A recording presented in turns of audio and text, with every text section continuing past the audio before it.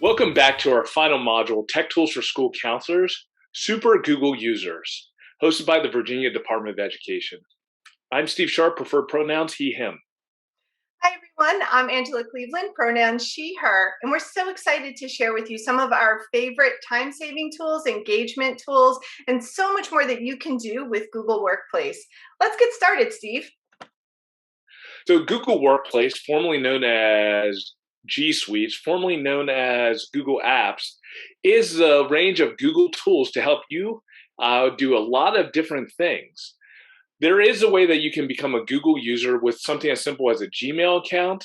There's also the private Google for Education, which has higher levels of privacy features to protect you and your students.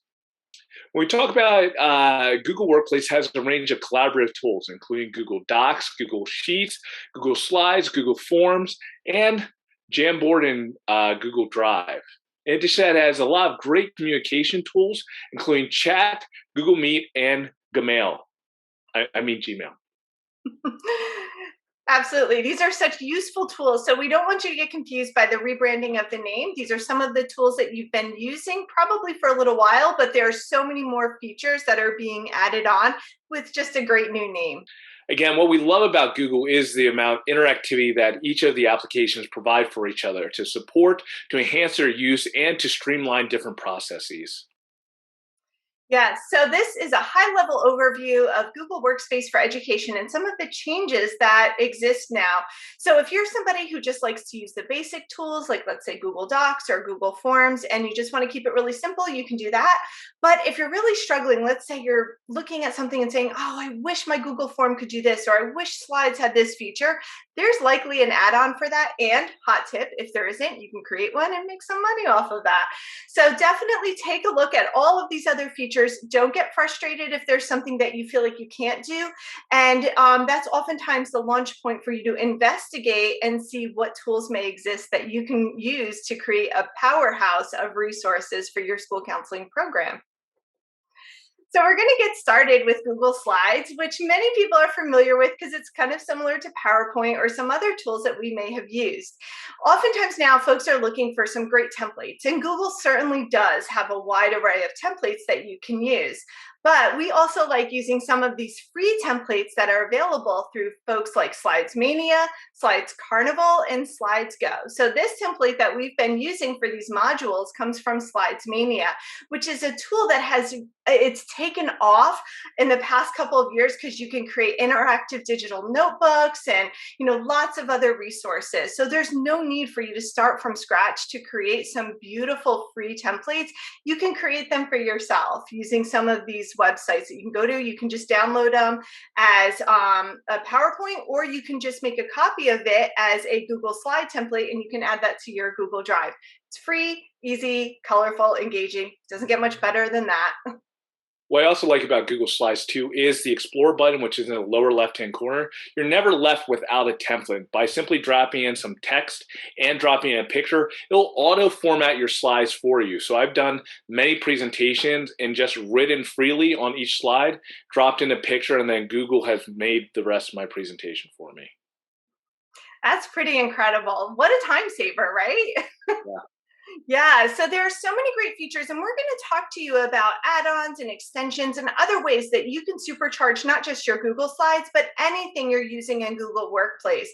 That's one of the great things about using Google Workplace is that there's, that Explore button that Steve just talked about exists not just in Slides, but in other areas as well. And we're going to show you the magic of that Explore button in a little bit. So some of the names can be a little bit confusing. Like, what's the difference between an extension or a web app or an add-on? And in this chart, you'll see what the differences are, but we're going to give you examples of what some of these differences are from some of our favorite tools that we have in our Google Workplace toolbox. So, Steve, what are some of your favorite extensions that you use? Some of my favorite extensions easily are Screencastify, where I can capture the screen and make webcasts for my students to watch, or in addition to that one tab. The reality is that just as an active school counselors, I have a million tabs open all at once with the different projects I don't want to lose, forget, or set aside. With one tab, I can capture them all into one tab so that my computer can continue to operate very quickly. And I can also save all those tabs at the same time, and then share those with other people as well. If I want to collect research articles or something like that, it's an easy and streamlined way to do so. That sounds really helpful. So it's called One Tab, and how much does it cost? It's $3 and free cents. So it's, again, great. You could be stringing my heart with your words, one tab. You could be killing me softly with your song, Killing Me Softly. I'm done.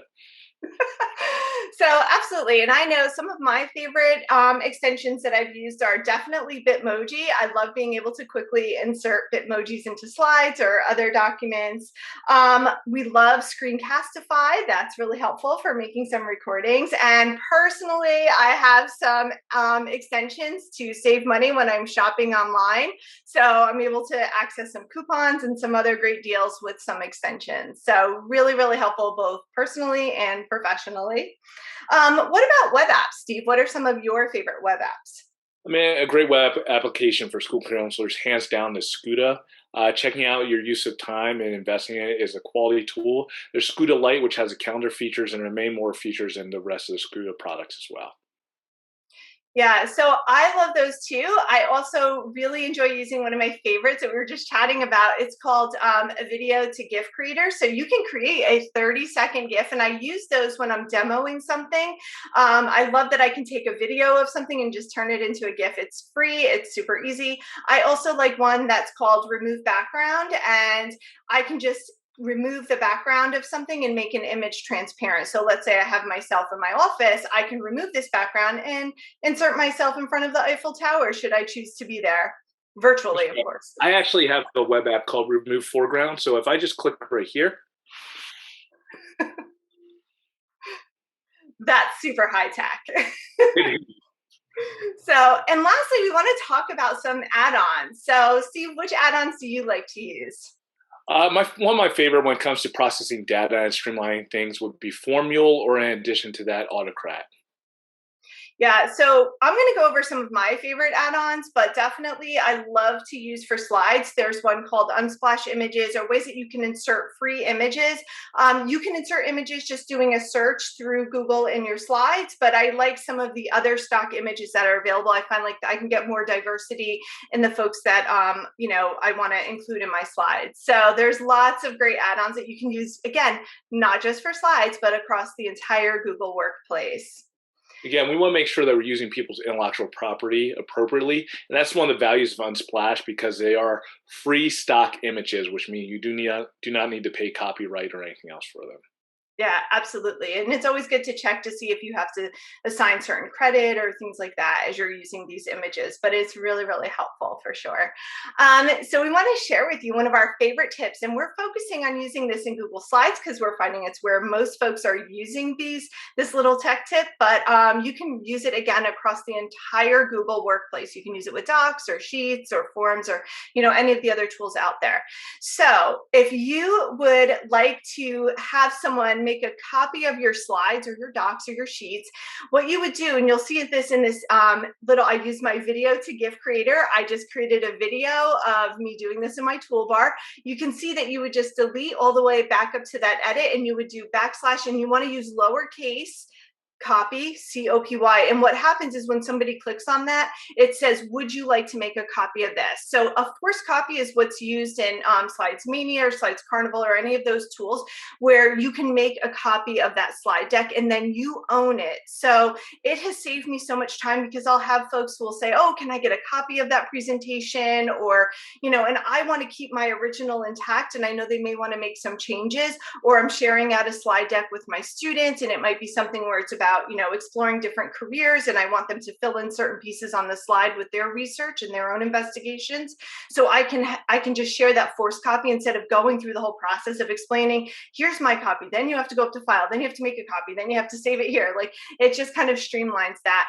And preview is really helpful too, for us to be able to share slides or docs or sheets in a way that folks can see all the content in a more streamlined way without all of the menu options to edit or change things, or even see our revision history. So these are really, really helpful. I would say the one that I get asked about the most is the forced copy feature, because it's just such a time saver to not have to go through the process and explain, you have to make a copy of this. They're automatically prompted to do that, and folks will have their own copy. Yeah, it's such a powerful tool, particularly as school counselors in big offices. Like, we live and die by our forms sometimes. This is a way to have templates readily and easily distributed by that way too. So we're going to force you to copy. Yeah, it's super helpful, because I know sometimes I've shared some slide decks and people are like, I can't edit. And I'm like, you have to make a copy first. And then they're like, well, how do I do that? And that eliminates that entire conversation. It makes it easier for them, and, helps with our collaboration. And again, you can use these across all of the Google Workplace. We have linked to an article in Shake Up Learning that goes into a little bit more depth about how to use these features. You'll see that in our notes document. So many of us might be familiar already when it comes to Google Meet. Google Meet is a place that you can make video calls. You can also make internet phone calls. What I love about Google Meet is especially its accessibility tools. Through its accessibility tools, you can have students who might have trouble with either hearing impairments have live closed captioning. In addition to that, if we have English language learners, we can actually have live translation happening. All you'd have to do is have the students click on closed captioning at the lower middle button that says CC, and then you can have them translate to any number of languages from there. So this can be a powerful accessibility tool for all of our students, whether they be from a distance or directly in front of us as well. And then there are tons of other features that continue to be added in addition to that. Breakout rooms, Q&A and polling, live streaming, hand raise features. You can create wait rooms for people to enter your room, and in addition to that, you can customize your backgrounds as well. This is a great way to support our students, again, from a distance, to engage in meetings with our colleagues, and to make sure that everyone is able to meaningfully participate and understand the conversation, regardless of their hearing or language. Yeah, I've been really impressed in the past year about all the accessibility tools that Google has been adding, and specifically for Google Meets, the security features. These are features that when I use some other platforms, I have to pay extra money for to add on. So it's just wonderful to see that these are available to us to use for free, and to make all of our content accessible to all of our students. Google Forms is something also I'm sure that we become increasingly aware of and many of us have used. But for those who are not familiar, Google Forms is an easy and streamlined way to create surveys and questionnaires. Once people respond to them, it'll auto-analyze the data and results in addition to that. So you can use it to collect data and quickly create tables and graphs off of the respondents.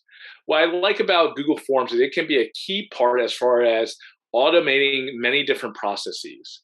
And this can be a powerful tool for all the different ways. It really brings us back to those design-based thinking functions, again, that Google Forms can be part of. An intake, automation process, data collection, or communication tool, as long as we understand what is that end term that we're trying to design towards. Yeah, so Google Forms is kind of interesting as a tool, because it's a great entry point if you are brand new to creating surveys or using anything in Google Workplace. The questions are pretty simple. For me, when I first started using it, it took my sort of like pencil and paper surveys, and I was able to digitize them. And it was a great entry point. I felt comfortable. Like, the questions just felt like these are questions I was familiar with from graduate school and my training there, and, survey and data collection. What what makes it so powerful is that there are all these other features, like Steve just mentioned, that can really help to streamline your data collection and also just makes things more efficient. So one of my favorite features in Google Forms is that I can ask branching questions. So instead of creating one Google Form survey that I'm going to send out for all of my, let's say, 9th graders, 10th graders, 11th graders, and 12th graders, one of my first questions could be, what grade are you in? And then depending on what they answer, it's going to ask them some different questions that are more relevant to students in that grade level. And I'll get all of that data in one spot, so I don't have to manage a whole bunch of forms. The other thing that I really like about Google Forms is that there's some ways that you can make sure that people are answering the question correctly. For example, sometimes I'll ask about a phone number or something with a certain number, and there's data validation, so I can make sure that people are actually inputting a number. Or if I need a zip code, it's a number that is the correct number of digits for a zip code. So instead of me looking at the results and saying, oh, somebody messed up, they didn't put all of the digits for their phone number or certain things, I can make sure that all of that information is inputted correctly. So if you've ever filled out a survey and you get an error message that says, oh, you forgot to do this, or this isn't the correct number, for a telephone, like it's just, only 3 numbers long, that's something that's really helpful, so that you don't have to go back and check the data and make sure that everything is correct. So those are just super helpful tools, and I just, really appreciate those branching questions. I think, Steve, you use them even more than I do. Yeah, like for zip codes, I know that mine's 90210 along with Brenda and Dylan. But when we talk about those branching questions, understanding the data you want to collect, I've been using Google Forms for my use of time tracking, similar to Scuda, for years. And if you're using an Apple device like an iPad or an iPhone, and it's a web-based, so you can open it up in your Safari browser, you can simply add it to your home screen. All of a sudden, you have your very own app on your iPhone or iPad to track your use of time or any number of things from there. So again, Google Forms can be a very powerful tool. As long as we understand the problem we like to solve, we can design from there. Absolutely. And I'm so glad you mentioned about the zip code, because I sometimes get folks who will not put in an area code for their phone number. So they'll just say, their phone number is 867-5309. And I'm like, but what area code? How do I know where to call you? So Yeah. It's really important to reach folks like Jenny. So Yeah, Jenny. So we're going to talk about some of our favorite add-ons. So before I jump into, these are 3 of the ones that I use that are so helpful for engagement, for time saving, for efficiency, help me to sleep at night. I'm going to get into those. But Steve, you first started mentioning Formule. So how do you use that? What is that? Formula is a great way, again, to look at the tools that we're using.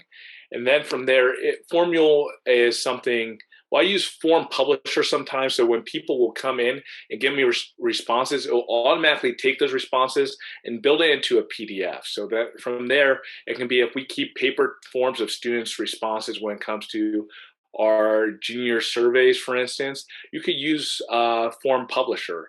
If it's something like you want to build certificates for participants, you could use Form Publisher. It's a quick way from there to provide automated forms for you to distribute later on. Yeah, so we're going to jump in and do a walkthrough of just 3 add-ons. There are so many that you can access on any of, it could be Google Slides or Forms or, other places in the Google Workplace. But we're just going to show you a demo of 3 tools that will save you so much time. Form Publisher, Choice Removal, and Form Limiter. So let's take a look.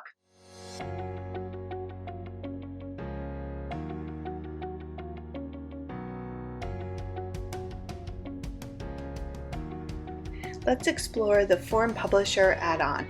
In your Google Drive, you're just going to go to the New button and you're going to select Google Forms and you'll select a blank form. So this is probably something you've done to get started with any Google survey that you've done. We're going to call this Awesome Certificate. And we're going to ask some questions to get started. So the first question we're going to ask is about the email address. Now I know we can automatically collect email addresses, but we need this line. I'm going to show you why in a little bit. And on our certificate, we're going to have the first name and then the last name of the person. And I like doing this because sometimes I'll misspell someone's name, and that really frustrates me that I've spent a lot of time on a certificate and I've made a small typo, or they might want a nickname. Now here's my sample certificate, and I have some questions here. So I have to make sure I have to have all of this wording exactly correct. So the capital F, the capital N, no colon here, and it'll pull this information directly from my form. So if I put a colon here, it won't pull that question. So it has to be exactly right. So if one of your questions, if you're testing this and one of your questions isn't working out, then, typically, like if it's not pulling in that information, that means that you have to go back and make sure everything is written exactly as you have it on your template. If you've ever worked with mail merge, you know what I'm talking about. So if you have not used Google Form add-ons, you will not have this symbol here, but I have used it, and we're going to go to Form Publisher and get started. I'm going to show you how to add this if you have never added an add-on before. So let's get started with this. Now you can create different templates like a Google Doc, a spreadsheet, or a Google slide, and the most frequent one that I use is a Google Doc for my questions. So it'll start up. I can change this template and use something else. And what I'm going to use is this sample certificate that I've already created. But if I haven't created that, I can just use their template and then edit from there. You'll see that we have some markers here. Those are questions that are included in this sample certificate, and some markers that are not found, and that would be the email address. Now if you notice on here, I don't have a question about an email address. I'm just creating a certificate. This is just a quick way at a glance to see what questions are imported correctly, but I always test it out just to be 100% sure. So for these files, you can change the names, but remember, if you want to pull this information here, instead of it being template title, which would be awesome certificate, I might just call it last name, and then I might have it with a space, and then I'm going to say first name. And I might do increment, which means like this is the first one, second one, third one, or I might include today's date. Now, for every Google form you create, there is a response spreadsheet that is automatically created, and I do like to keep the URL to their certificate automatically generated on the spreadsheet. I can also keep a copy of the PDF in my drive. If you don't have a lot of room in your drive, don't do this because it will automatically generate a Google Doc and you can just download it as a PDF. But if it's easier for you to create the PDF, certainly do that.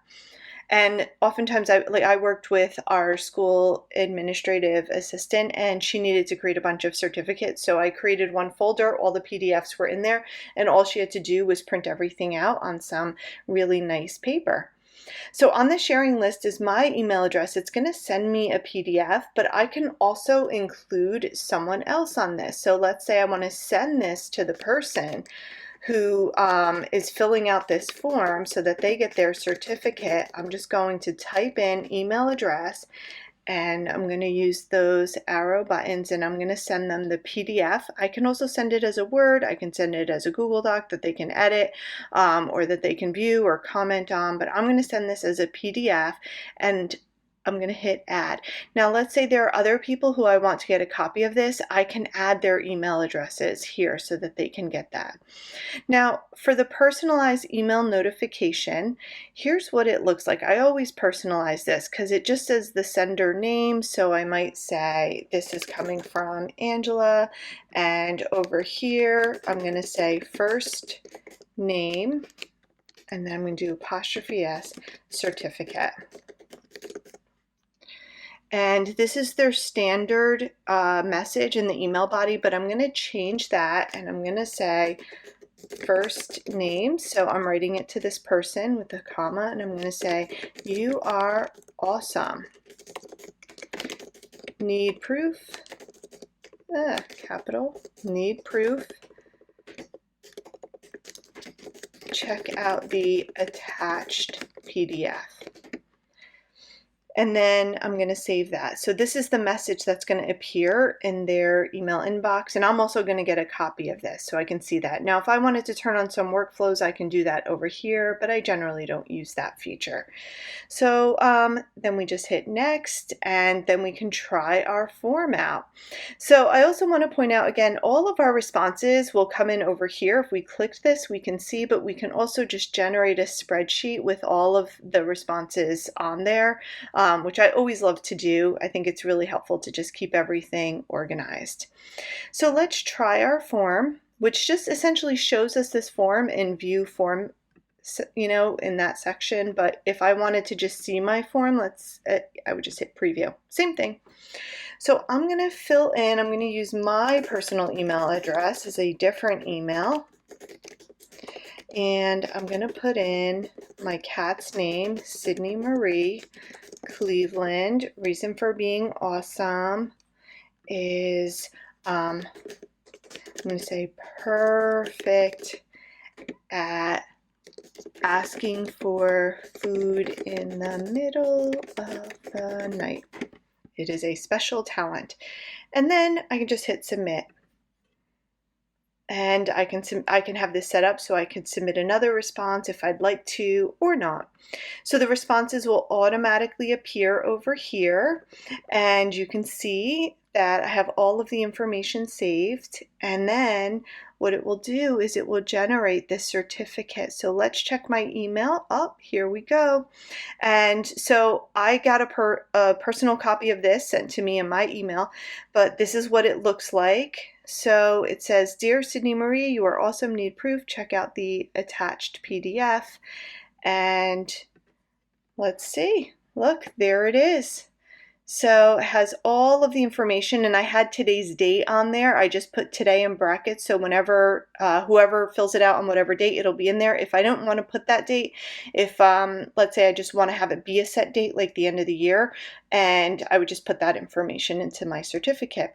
So this is the template. You can see it's automatically filled in and just looks absolutely lovely. I love doing this for any participants in my program because it's just so hard to make sure that you have spelled everybody's name correctly when you're in a rush, and it's important to spell everybody's name correctly.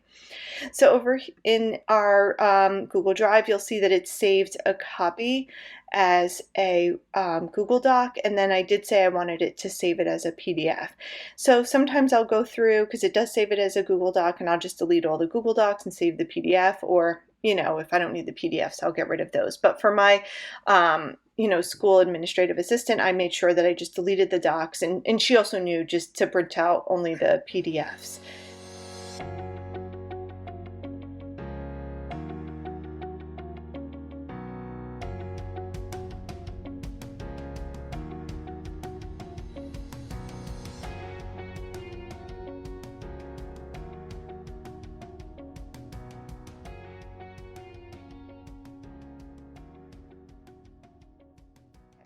Now let's say I want to limit this, and you can see our responses coming in here.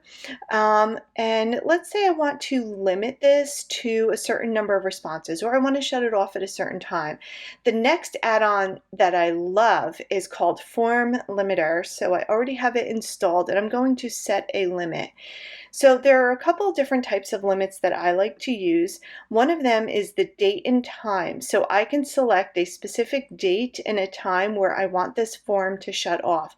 So I might say to my students, if you are looking for a letter of recommendation, here are some questions that I need for you to complete, sort of a digital brag sheet, and then I have a date and time where it's going to be shut off.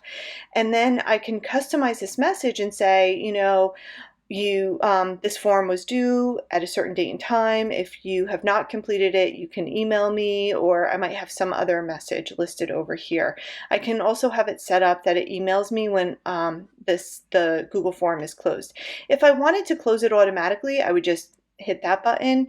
But this allows me to not have to be so worried about when I hit a certain date, like saying to myself, okay, if I'm giving students until midnight to complete a Google form for a scholarship, I don't have to stay up till midnight and then shut it off. I can select the date and time. The other thing I can do is select the number of form responses. So I can say, when responses are greater than 50, I'm going to shut off this form. So that's really helpful if I have signups for a club or some other activity, if I'm doing a lunch group on a certain topic and I want to limit it to the first 10 people or so who respond. I don't have to keep checking the form and getting emails about every time someone submits the form. I could just have it shut off after a certain point, and I always like to have it email me so I know that it's shut off, and and customize a message over here. So this is really helpful. You can also connect it to certain spreadsheet cell values, but these are the two that I use the most frequently: date and time, and then after a certain number of responses. And then I can save that, and it can automatically shut it off after I get 50 responses. So that is just incredibly helpful for me to do.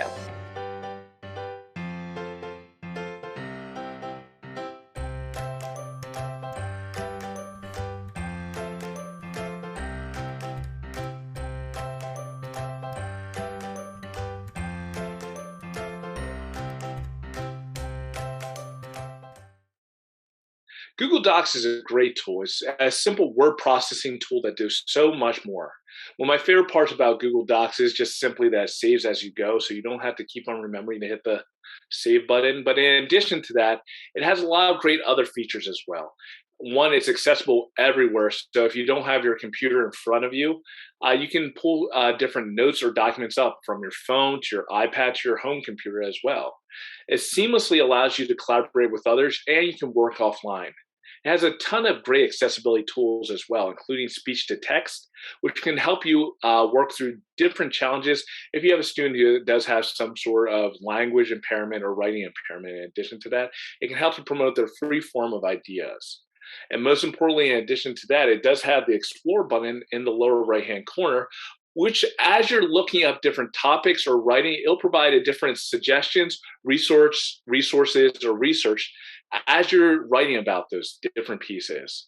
To be clear, both Google Docs and a lot of the Google features, including Google Workforce for Education, they're both HIPAA and FERPA compliant, because we understand that the tools that we're using to record our notes is one piece, but it really is the compliance happens with how you choose to understand who you're sharing the information with other people and whether or not they have a legitimate educational interest in that information as well. In addition to that, one thing that is nice as far as emerging tools as far as Google Docs is if you're using it for some sort of academic person, particularly in the structure of Google Classroom, it does run originality reports to help you understand if the student's writing is their own writing or not that of another student or something that they pull from the web. And in addition to that, if you're using some collaborative or shared notes, you can actually assign those tasks to people to follow up with specific sections simply by typing @ and their name. So like @ Angela Cleveland Cat Lover 44 is a simple way that you could assign things from there. Yeah, those are some of the newer features that they just came out with. And, for many of us, Google Docs may have been an entry point into this Google Workplace. If you've been in education for some time, you've probably felt the frustration of sharing a Word document back and forth and labeling it with the number, the version number or the date, and getting confused about where you were at. So Google Docs really eliminates that. And I love going back to the version history. I don't feel like I have to save different versions like I used to in the past.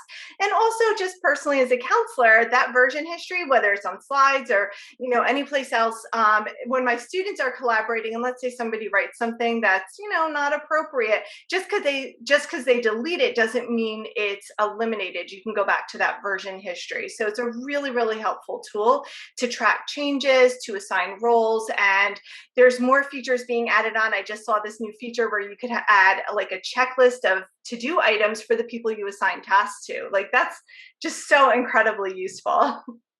And then again, what we like about too is that it incorporates just through the hotbar, it provides you access to things like the calendar features, Google Keep, and so much more. Yeah, so in terms of collaboration, we want to share our personal experience using Google Docs to collaborate to write the book 50 Plus Tech Tools. So Steve lives in the sweetest place on earth. Swanson Brown Sweet, Hershey, PA, pow pow. And I'm in New Jersey, so we didn't live very close to each other. So collaborating and writing was, a challenge geographically and time-wise as well. But we knew that we wanted to do this, so we used Google Docs to write the entire book and share it with Corwin. So it was really, really helpful. I also used Google Docs for another book that I've written with an author who lives in Nebraska, and I have never met Tammy in person. So we wrote this entire book for kids just using Google Docs and working with a publisher. So you can just see that there's so many possibilities with using Google Docs, and we're excited about that level of collaboration and the ease of connecting and not working from so many different versions of the same type of document. When we talk about school counselors, absolutely, our ability to understand and use data is one of our most powerful tools to create real outcomes in the real lives of our students. Google Sheets is by far my favorite spreadsheet application, even more than Excel, because there's so much that you can do. At its most basic level, Google Sheets allows us to gather and analyze data. But what we understand for any of our data collection is it helps us to ask better questions and to tell better stories from there. And so with that being said, we wanted to show you a few different features when it comes to Google Sheets. So Google Sheets has the ability to collect and analyze data and so much more. I'm going to do a live demo for you right now. So as we're starting and taking a look at some of our data, let's go for a second back to Google Forms. Again, how we talked about before is Google Forms is an easy and streamlined way for you to collect information, collect data. Even sometimes if it's not from other respondents, sometimes I'll build a Google form either for myself or for one of my interns or assistants, just so that when everyone's putting in different data, there's a streamlined way that everyone's inputting the data in the same way sometimes. And once you go to your responses, then you can click on the Google Sheet here to create a spreadsheet. And from there, you can either create a new spreadsheet or you can link it to an existing spreadsheet as well. Once that happens, it'll go to a new Google Sheet from there. And we can see that in a lot of different things.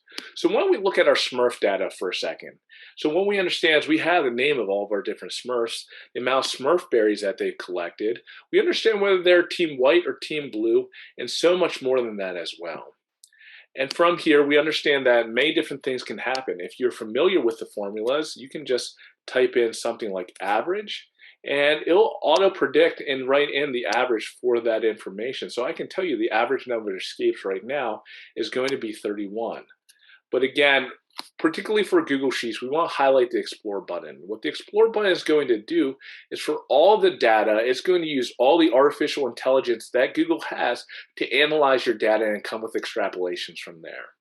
So again, right now, just by looking at it, it has already automatically created a bar graph for me, helping me know that Sloppy Smurf is right now way ahead in his appearances, appearing twice on our list. In addition to that, we can also do a deeper analysis from there. By dragging over several of our areas, we can come up with a few different realizations. It's not even by looking at the data, by letting Google analyze it. Right now, we understand that Hefty Smurf right now has the most escapes, or the least escapes at negative 33. And it will actually write sentences for us. And Hefty has the highest value for escapes, but the lowest value when it comes to Smurf berries. He's escaping so much, he's not collecting that many berries. It will also do a breakdown of who's on team white and team blue. This can be a very powerful way for you to analyze some of your larger data sets in your building in addition to that. You can also drill down to be smaller things as well. This is actually an example of a live sheet that I use for some of my students. So I'm going to have a student, Angela, right now. Angela's been struggling academically. And so with that being said, I can put in Angela's end of quarter grades for quarter 1, quarter 2, and quarter 3.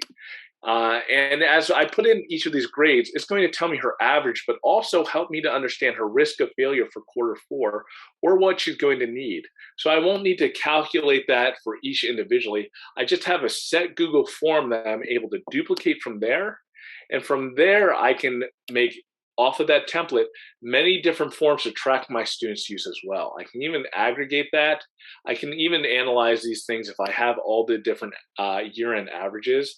I could have them go to a central form and use that to track to see if we're seeing disparities here. Some of this might be embedded in gradebooks that we have already have access to, but this might be another streamlined way for you to track your students and have meaningful visual communication tools, either for the student, their families, or for the other educators as well. So these are some of my favorite ways to use Google Forms to really help to support our students, to highlight data and to analyze data so that I can ask better questions and inform my decision making from there. Absolutely. So, Steve, if you go back to that last tab that shows Hefty Smurf, Yeah. yeah, I think that's some data that really stands out to me, because I think about how if somebody just looked at one piece of data and saw that Hefty Smurf wasn't producing the same amount of mushrooms, they might make an assumption about Hefty Smurf, like maybe, showing up late or slacking off. But when you understand what was going on, that Hefty Smurf was really struggling with the trauma of having to escape from Gargamel so much, it puts it in a different context. So I look at this data, and you know what? It's something that it may not jump out, but looking at those graphs using that Explore button helps you to ask some better questions. So I might even use something like this to input not just student grades, but really look at the number of student tardies or absences from school to see, is there a correlation between the students who are struggling with the first period class and grades there with the students who are also tardy to school on a regular basis? Or are there some other possibilities? So, as you were saying, like, it really does help you to ask the right questions so that we can help our students instead of just looking at one piece. We know that there's a lot of intersectionality of challenges that students have. Yeah, I mean, looking at this data again, doing a full scan of all the data, right now, Google is highlighting for me that SmurfEd is disproportionately represented in the data. Is she a leader in any of the categories? Not quite, but she is one of the highest leaders in almost all of our categories right now. Not surprised. Yeah. So these are a few different features that we hope we're able to highlight for you when it comes to use of Google Sheets and absolutely how it integrates with the rest of the tools. And again, I can pull this Google Sheet out and I can copy that directly into either my slides or to a Google Doc as well, or pull that information from Forms to inform this decision making as well. So again, it's a really great tool to understand. So Angela, after showing all those great analytical features that Google Sheets can do, is there anything else you could show us what Google Sheets could be used for? My goodness, yes, Steve. So many people think about Google Sheets and spreadsheets as just data collection. I say just like in quotes because we all love our data. But there's so many more things you can do. For example, have you heard of Flippity.net? No, but I'm flippiting out about it right now. So Flippity.net is totally free, and this is a fantastic resource for all educators. It's basically it's powered by Google Sheets, and you can create all these great resources. So if you go to Flippity.net, you can click on any of these items, and you can see a demonstration of what this would look like. You can see instructions about how to use this, or if you click on template, you'll get a forced copy so that you can make your own template. Now, there's so many great things you can do with Flippity.net. You can make a matching game or a scavenger hunt or flashcards or certificates, so many great things. Again, all for the price of, what did you say, free? $3.03. Yeah. So we're just going to go into this one as an example, this random name picker. Now, we know as counselors, we have to be very resourceful. So just because a tool says it's a named picker, it's a way to select a name from a spinning wheel. And who doesn't love a spinning wheel? But we use it in some other ways for icebreakers. So here's an example of 2 spinning wheels, and you'll be able to spin them. We're going to drop the links in so you can spin them and see some of the questions that have come up. So what's great about this is you just get your spreadsheet and you can type in your questions or names of students if you want to collect or, generate their names on the wheel. And you can have lots of questions. The more questions you have on a spreadsheet, the smaller the text will appear on the spinning wheel. And then when you spin it, the question will pop up. So if you only have 4 questions, you'll be able to see the text a little bit more. So you can flip through through and you can see what some of the questions are. You'll see 2 different examples here, and they're just fun for icebreakers. I used to spend a lot of money on different cards that we would pull from a deck, or balls, or different cubes of questions.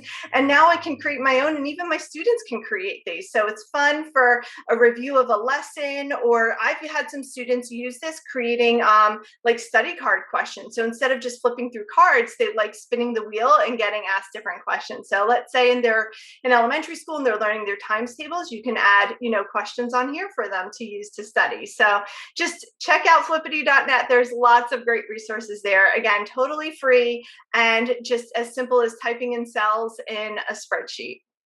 You know that since Flippity has come out, Man and White has actually filed for unemployment.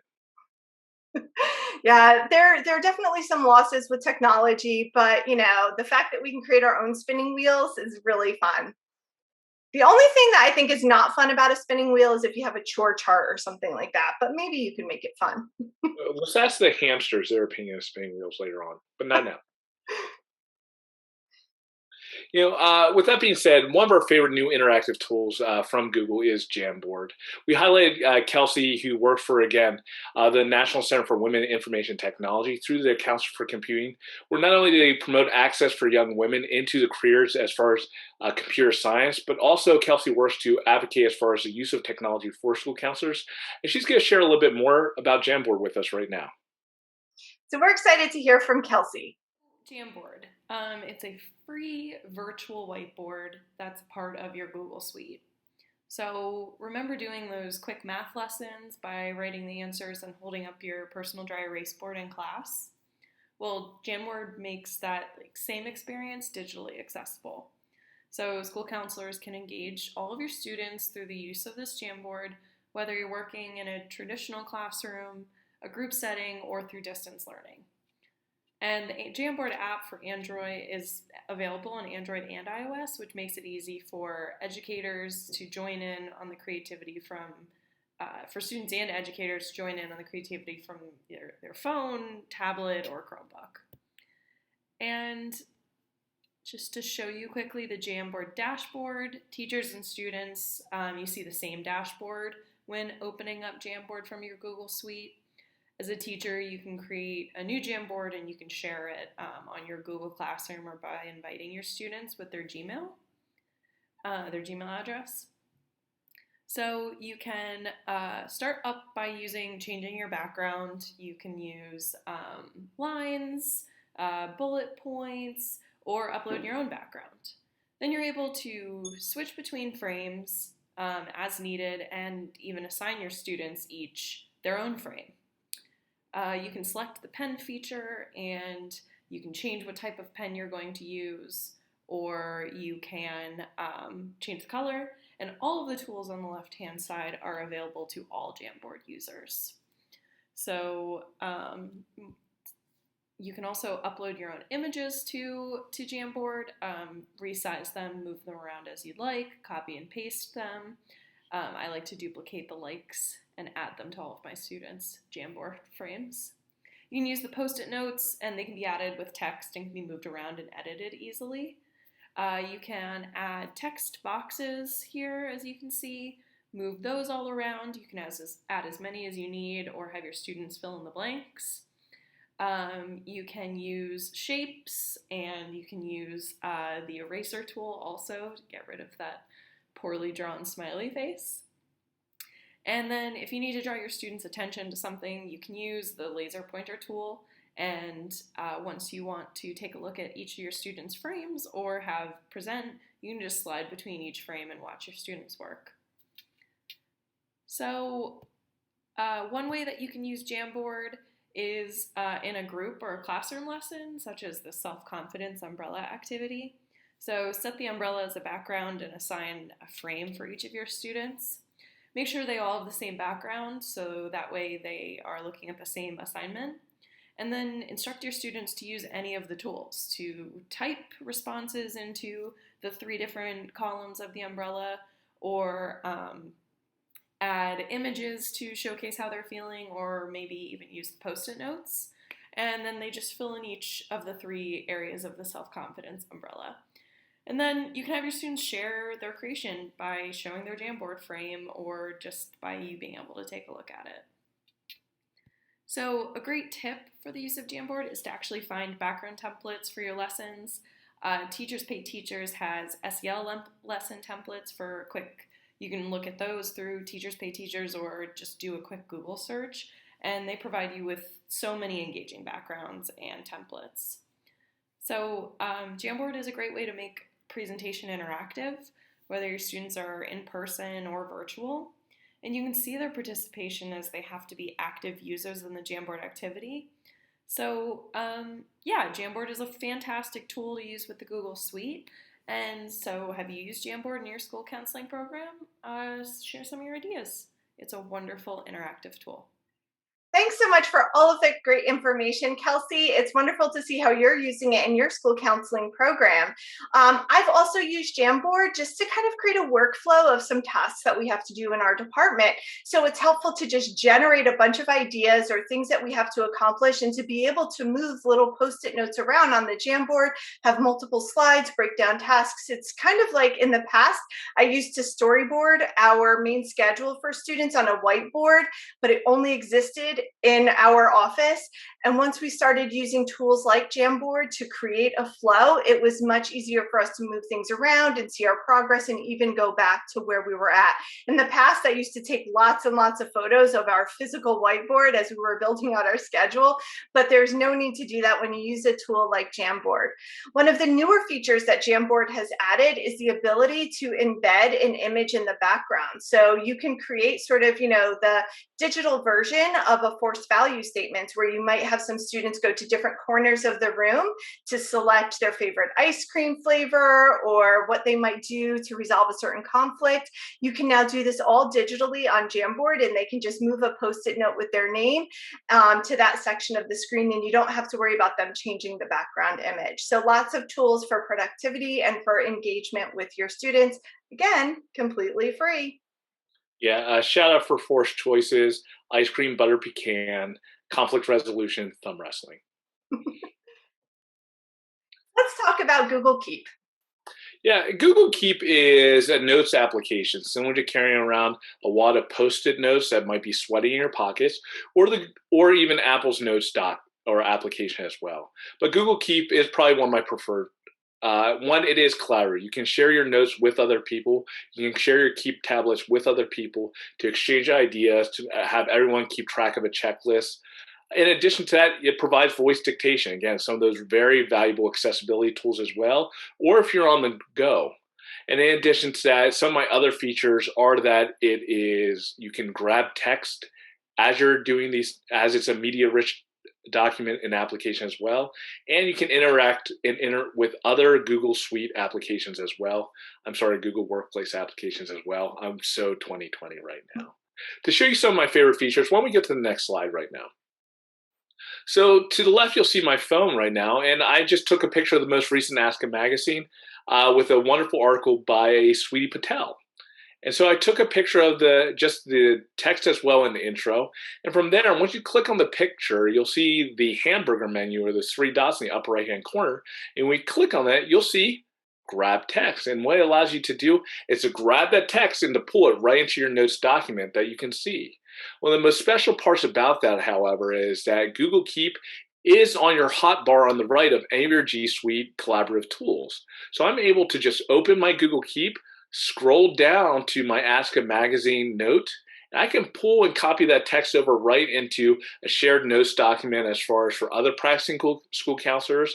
I could highlight that in my notes if I wanted to talk about that specific article as I'm referencing it in a presentation, and so much more. The interactivity of pulling all these real-world tools and then embedding them in our Google Workplace applications is what makes Google Keep a very agile and very valuable tool on top of that.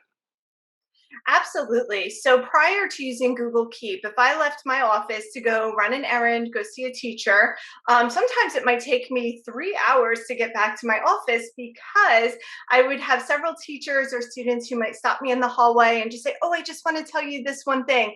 Well, I would be worried that I would forget a lot of things. So what I used to do is write something on my hand as a little reminder if I didn't have a stack of Post-it notes.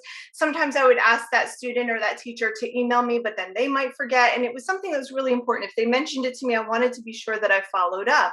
Well, I was talking to a school counselor in Texas, Jim Deacon, and he was telling me how whenever he left his office, he would leave with his iPad and he had Google Keep on there, and he would just write notes and he would drag the notes over to the correct section. So it might be something like following up with a teacher or calling a parent, or he might separate it by grade level. And I thought that is so smart because I was facing the challenge of, writing so many things on my hands. And, then of course I couldn't wash my hands till I took all the notes down from what I wrote on there. So yeah, it was just kind of tough. But Google Keep just was such a game changer, and seeing how he used it was really helpful. Now, I did not have an iPad or a tablet issued to me, and I didn't want to walk around with my computer. So what I did is I downloaded the app onto my phone, which I just had in my pocket with me. And when somebody would say, hey, I just wanted to mention blah, blah, blah, I would just pull it out, open up the Keep app and write a super quick note. I could even just do voice to text and have that note saved. So it really saved me from writing a lot of things on my hands. And it also saved some trees because I didn't have to walk around with the whole stack of Post-it notes. Yeah, and what I like about that too, as you're saying those reminders for yourself, Google Keep does allow you to provide timestamps or dates on them as well to set you up with reminders or cues later on, so you can physically click off those check boxes or have those notes available for you. So again, it's a very powerful tool, both digitally and in the real world. With that being said, we want to thank you for being with us on the journey of all these different modules. We hope that they've been helpful for you to provide you with the tools to get the edge in your school counseling practice, to be more efficient, more engaging, more effective. With that being said, please join us for our live Q&A or go back and rewatch any of the sessions. Make sure that you engage with us in social media, but we want to make sure that we can continue to support you and be your partners as you continue to design futures. Thank you very much. I'm Steve Sharp. Thanks, everyone. I'm Angela Cleveland. Have a great day. Goodbye.